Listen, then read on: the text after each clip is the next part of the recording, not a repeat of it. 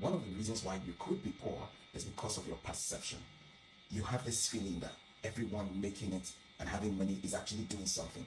Hear me, what you don't like, you will never attract. You see, go-getters and visionaries are men who have taken practical steps to guarantee their reality. They have worked out the process. They made sacrifices to get to where they are. Listen to me and listen carefully. If you think that you're a failure, you will end up as a failure. I keep telling people, your mind style will determine your lifestyle. So stop thinking that everyone that is making it is using something, because that perception and that perspective of thought will make you remain perpetually on the floor and you may never make it. If you want to make it, be a likable person. Attract and like people who have made it. Celebrate those who have made it. When God visits your neighbor, it's a sign he's in your neighborhood. If you celebrate someone who has made it today, you could be the next to testify about me. So to cut the long story short, change your perception. Change the way you see things. You see, it's the spiritual that controls the physical. If you cannot see yourself as a successful man, you may never succeed. If you cannot see yourself and envisage yourself as a successful woman, you may never succeed. The only way to go about it is change your perception. Admire and move closer to people who are making it. If you always company with mediocres, if you have 5 good friends who are poor, you'll be number 6. If you want to be wealthy, you need to move closer to people who are wealthy, because they have the way they think. Wealthy people have the way they think. They have their way of doing things. Now, I heard something very funny. I think it was from Des Tucker. He said, when people think you have used something to make money and you've been rich for over 3 years, he said, then is no more something. It's the grace of God. There's a level you get to, people who start saying, oh, maybe it's using something. It's just your gift. It's your pattern.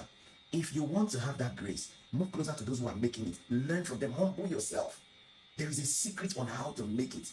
The doggedness, the determination, the zeal, the sacrifice. You see, every star has a scar, but they won't tell you. And that's why I'm here to open these things up to you. You may still be poor because of your perception, the way you see things. Every time you see wealthy people, you must say something bad about them. That's the reason why you're struggling. When you see them, you smile at them, you want to bow down, you want to kneel down, but when they turn, you wink your nose. That's one of the reasons why you cannot attract success. So I come your way again same time. Be good and stay out of trouble. I hope you learned something. Humility can take you very far, but pride can keep you stagnated. Hi guys, good morning. One of the reasons why you could still be broke and poor is because of pride. You see, I like to tell people that humility can take you very far, but pride can keep you stagnated. According to the Bible, the number one enemy of a proud person is God. It says God resists the proud, but giveth grace to the humble. So it means that when you are humble, you achieve more. You get more done. You get more results. You attract favor. You attract blessings. You attract God himself, because grace is having God in the race. Now listen to me and listen carefully. It is better to get into a meeting and sit at the back and then be ushered to the front than for you to just get into a meeting and go straight to the front and then be taken away and retreated to the back. Please recognize this. Humility will pay you more than pride. Pride will destroy your destiny. This is really, really important, and you really need to think about it. It is not a sign of weakness to be humble. I like to tell people, if you don't know who is your senior, just assume everybody's your senior. By so doing, it keeps you under check. Humility is not low self-esteem. No, they are two different things. Low self-esteem is when you see yourself of no value and you keep looking down on yourself. But humility is when you portray a kind of dignity for yourself and keep yourself under subjection, but with a sense of value. You're not trying to bow your head because you are a fool, but you're trying to just give respect. When you are humble, you are trying to show regard, show respect, show reverence. And that is where you draw the line. If you want to make it in life, let humility speak for you. Let it become your signature. Let humility become your identity. Now, this is really very important, and it is lacking. I get really discombobulated when I see people who are broke and they are very proud. It's so disheartening. It's so disgusting. And I just wish they understand this secret. One of the secrets of very wealthy men, I have come across a lot of them, and I can tell you, they are very accessible. They are very humble. They are very approachable. You can reach out to them. You can talk to them. You can have conversations with them. And that's why I'm dropping this series, so that in case one or two of these things is around you, you can quickly change. You can unlearn and relearn, because at the end of the day, you will add much more value to your destiny by being humble than being proud. Pride will take people away from you. Humility will bring people to you. And hear me very well. When you are humble, you keep experiencing favor. People will love to give you things. Gifts will come, blessings will come, favor will come. You see, but when you are proud, people will dispel you over time. And you see, pride is like perfume. You can't have it on and not smell of it. The smell of pride can can put good things away from your life, and the smell of favor can bring people. Even as a lady, if you are proud, you may never be able to meet up with the kind of people God has ordained for your destiny. As a man, if you are proud, you may never be able to get to the appointed points of your life that you should attain. So please hear me carefully. Stay away from the spirit of pride. It's a spirit. When it gets hold of you, it ruins you. You start thinking you are so important even when you're not doing anything right. Now, can you imagine this? Someone who wants to help you, you get angry with him and block him. You have actually blocked your destiny helper. You think you're doing him a favor? You're actually doing yourself more harm.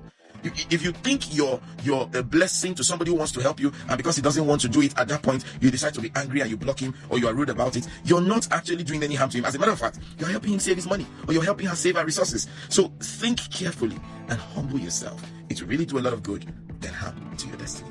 Till I come your way again same time, stay out of trouble and be good. Bye-bye. How are you today? I want to drop this wisdom. One of the reasons why it looks like you're still struggling, or it looks like you're not really getting what you expect from life, and it looks like you're still poor, could be because of this statement. What will people say? What will people say? A lot of people are on the floor today because of what they think people will say if people find out that they are doing certain kind of business or businesses, or if they find out they are doing certain kind of things, or if they belong to certain kind of organizations, or if they work with certain kind of institutions. Now listen to me and listen carefully. You owe nobody an explanation for the appropriation of your destiny. I repeat, you owe nobody an explanation for the appropriation of your destiny. As a matter of fact, your destiny is your responsibility. The earlier you understand that your destiny is your responsibility, the better for you. You will find yourself on the floor struggling if you don't understand this reality. People will always talk.